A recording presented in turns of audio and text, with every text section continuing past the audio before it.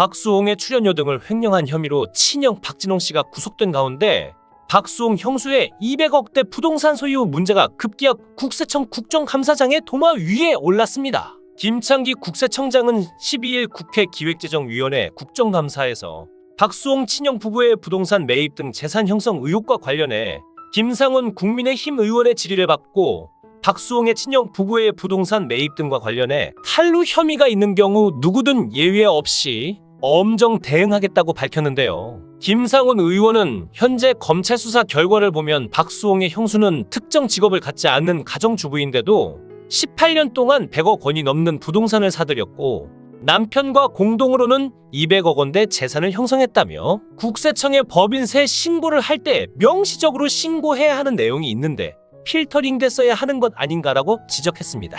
이에 김창기 국세청장이 소득이나 재산 취득과 관련해 탈루 혐의가 있으면 대응하고 있다고 원론적인 답변을 내놓자 김 의원은 한 가정주부가 100억 원대 부동산을 조성하는데도 아무 이상 징후를 감지 못했다면 문제가 있지 않나라며 질타했죠. 국세청은 재판 결과를 보고 세무조사에 나서야 하지만 이번 사건이 국민적 관심이 높고 그 구입 자금이 친형 부부의 횡령에서 나온 것이 뻔한 상황에서 박수홍 형수의 재산 압류와 엄격하게 세금 추징을 할 것은 불을 보듯 뻔한데요.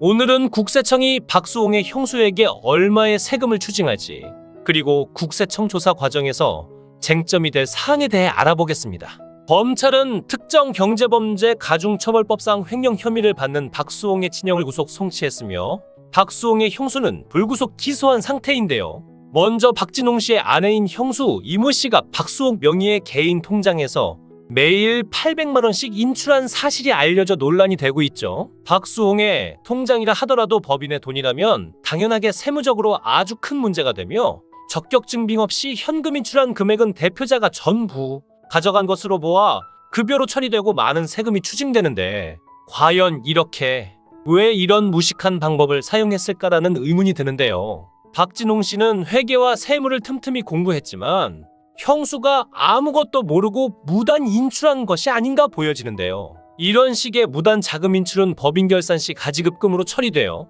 차후 세금 문제가 크게 발생하며 지금까지 그냥 넘어갔다고 하더라도 국세청에서 조사가 들어간 이상 자금을 가져간 만큼 세금으로 전부 토해내야 하죠. 흔히 이런 무단 인출은 아주 바보들이나 하거나 자신의 법인이 아닌 바지 사장을 내세워 법인 자금을 다 빼내고 법인을 날려버리는 경우 흔히 사용하는 경우라고 합니다. 박진홍과 형수는 이렇게 빼돌린 자금 약 200억 원을 가지고 아파트 3채와 마곡지구 등의 상가 7, 8채를 보유 중이며 월세 수익만 4천만 원 이상으로 전해졌는데요. 발표된 고소 내용으로 국세청은 박수홍 씨 형이 보유한 부동산에 대해 상당한 의문점을 가지고 있다는 점을 비추어 볼 때 부동산 취득자금 출처 조사가 이루어지면 부부가 보유한 부동산에 대한 취득자금을 어떻게 마련되었는지 명확하게 밝혀야 하며 횡령으로 나온 자금인지 불법으로 법인 자금을 인출한 것인지 아니면 박수홍 씨 개인 통장에서 무단 인출하여 취득한 내용인지가 확실하게 소명될 것입니다.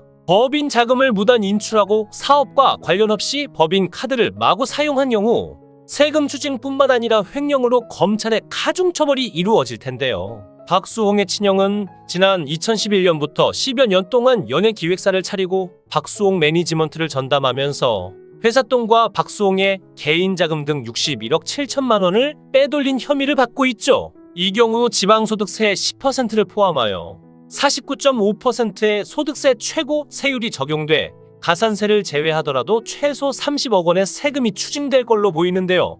검찰은 가정주부인 박수홍 형수 이모 씨가 친형과 공동으로 200억 원에 이르는 부동산을 취득한 경위와 자금 출처에 대한 조사도 병행 중입니다. 박진홍 씨는 회계와 세무도 틈틈이 공부했고 박수홍도 전적으로 형을 신뢰해 지인들에게 자신의 수익에 관해서는 형에게 물어보라고 했을 정도였지만 횡령 혐의로 구속되고 충격적인 세금 폭탄을 맞을 위기에 처했는데요. 송사를 한번 하게 되면 돈은 돈대로 들어가고 정신적인 스트레스 또한 상상을 초월할 텐데 어쩌다 이 지경까지 왔는지 생각할수록 이해하기 어렵고 안타까운 일입니다. 얼마 전 대질신문이 시작되자 가족들을 먹여 살리기 위해 홀로 고생을 해왔던 자식을 폭행한 박수홍의 아빠 뉴스가 나왔죠. 세상 모두가 등을 돌려도 따뜻한 안식처가 되어주어야 할 가족이란 사람들이 어떻게 이럴 수가 있는 걸까요? 어떻게 형제 부모란 사람들이 자기 동생이자 부모에겐 자식인데 이렇게 이용해 먹을 수가 있는지요?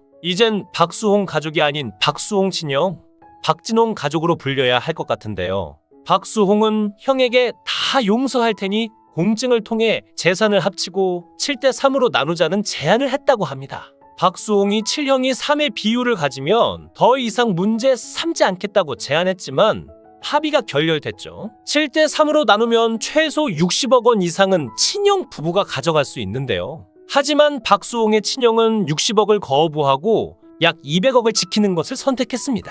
이번 사건에서 읽을 수 있는 것은 피보다 진한 것은 돈이라는 것입니다. 박수홍의 법률 대리인은 친형이 30년이 넘는 시간 동안 동생의 출연료를 횡령했다고 밝히고 있으며 횡령 금액은 116억 원인데요. 이조차도 소멸시효로 10년치만 책정된 금액이라니 엄청난 금액이 아닐 수 없죠. 백화점에서 구입한 고가의 여성 의류, 조카들의 학원비까지 이해하기 어려운 결제 내역들이 모두 법인 비용으로 처리되었음이 확인됐다는 것은 박수홍을 앞세워 그들 가족이 호의호식해왔다는 의미입니다. 이에 대해 여러 차례 소명을 요청했으나 친형은 끝내 응답하지 않았다고 하니 자신이 한 잘못을 스스로도 알고는 있는 듯한데요. 더 끔찍한 사건은 친형 권유로 노후를 대비하는 저축성 상품인 줄 알고 가입한 보험이 대다수 사망 보장 성격에 많이 치중돼 있다는 점입니다. 박수홍의 명의로 든 사망보험 8개 가운데 일부 보험의 수혜자는 친형 가족이 지분을 100% 가진 회사였다는 것은 분명하게 목적이 드러나 있죠. 보험 전문 변호사는 연예인임을 감안해도 일회 보험료가 고액인 다수의 보험에 가입한 건 매우 이례적이며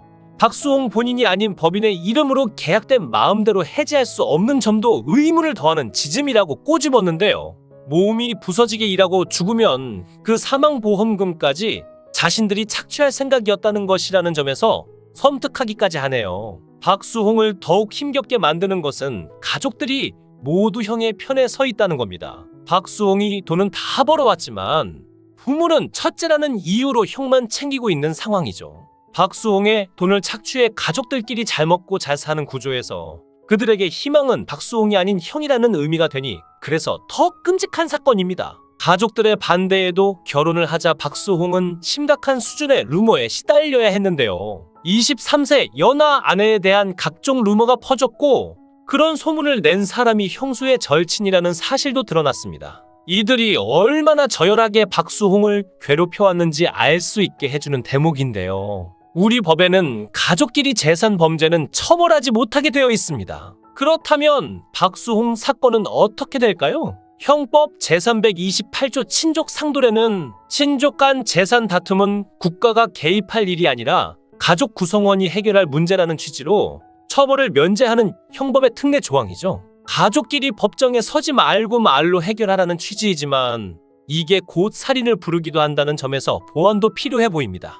박수홍 사건은 이 예외 조항을 벗어날 것으로 보이는데요. 우선 박수홍의 형과 형수는 동거 중인 친족이 아닙니다. 여기에 이번 사건 피해자가 박수홍인 동시에 박수홍의 전 소속사이기 때문이기도 하죠. 이런 이유로 친족상도례와 상관없이 횡령죄가 별도로 성립된다는 의미인데요. 박수홍의 방송 출연료와 계약금을 빼돌린 게 사실이라면 그의 형과 형수의 행동은 5년 이하의 징역 또는 1,500만 원 이하의 벌금으로 처벌되는 형법상 횡령에 해당할 가능성이 큽니다.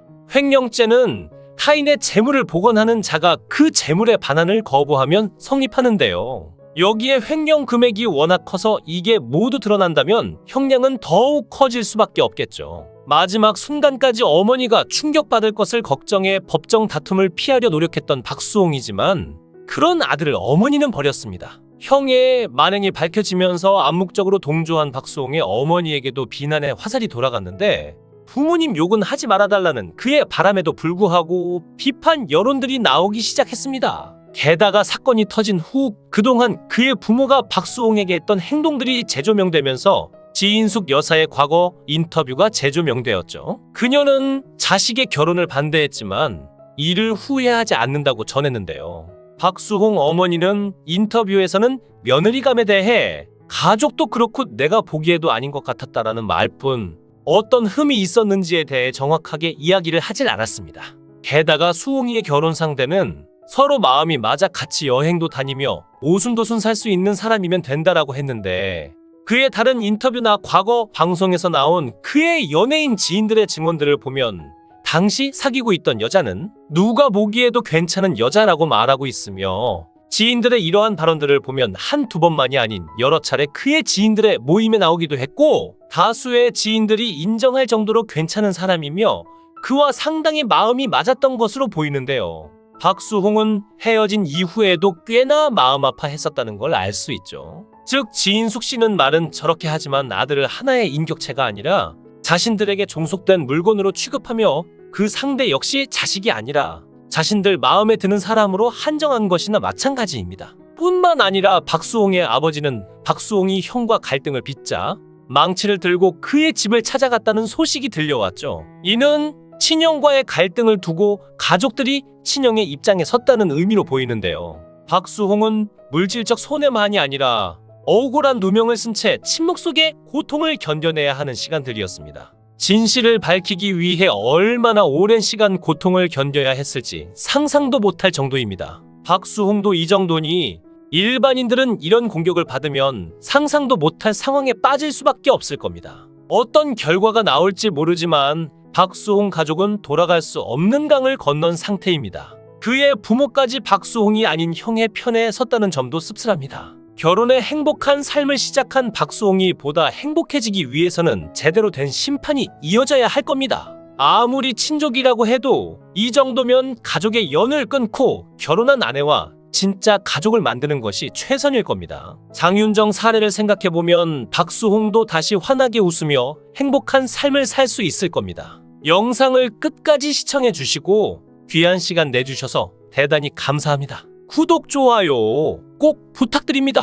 더 좋은 영상으로 보답하겠습니다.